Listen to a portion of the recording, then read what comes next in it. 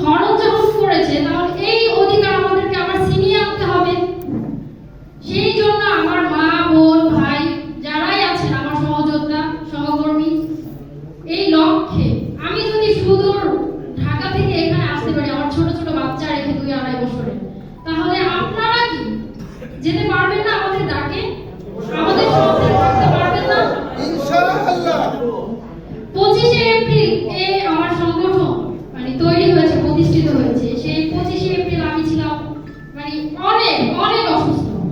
আমার একটা বাচ্চা মিসক্যারেজ হয়ে গেছে, হয়তো বা 7-8 দিন হয়। সেই থেকে আমি এই প্রতিষ্ঠাতা, এই কেন্দ্রীয় কমিটির সাথে রংপুর, ঢাকা যত প্রোগ্রাম আছে সব প্রোগ্রামে যাচ্ছি। এর কারণ কি শুধু আমার একলা? না, এই আমার দেওয়ালে তো পিঠ ঠেকে গেছে, তাহলে আর তো আমার পিছনে যাওয়ার জায়গা নেই, আমার সামনে ধাক্কা দিয়ে উঠে যেতে হবে। আমরা যে ওই দিন যে সচিবালয়ের ভিতরে ঢুকেছি, 2000 লোক বাইরে রেখে গেছি, বের হয়ে আমি 300 পাইনি, তাহলে কার জন্য কিভাবে আন্দোলন করবো বলেন আপনারা? আমাদের জন্য। এই জবাবদিহিতা কি আপনাদের কাছে আছে? আপনাদের রেখে গেলাম 2000, হয়ে গেল 300, তাহলে কি আপনার অধিকার আমি কিভাবে আদায় করবো একা? ঠিক না মনে হয়? বলে না আওয়াজ হোক।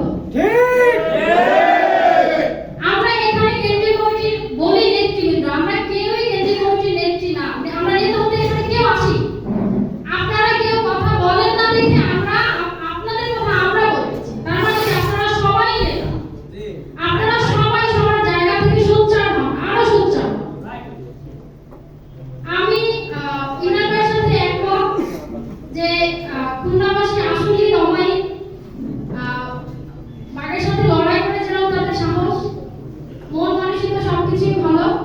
এই কারণে বলছি যে আমার এই অডিটোরিয়ামের শৃঙ্খলাটা এখন পর্যন্ত বজায় রেখেছে, সেই জন্য সবার কাছে শুকরিয়া। একটা স্লোগান হবে, দুনিয়ার মজলুম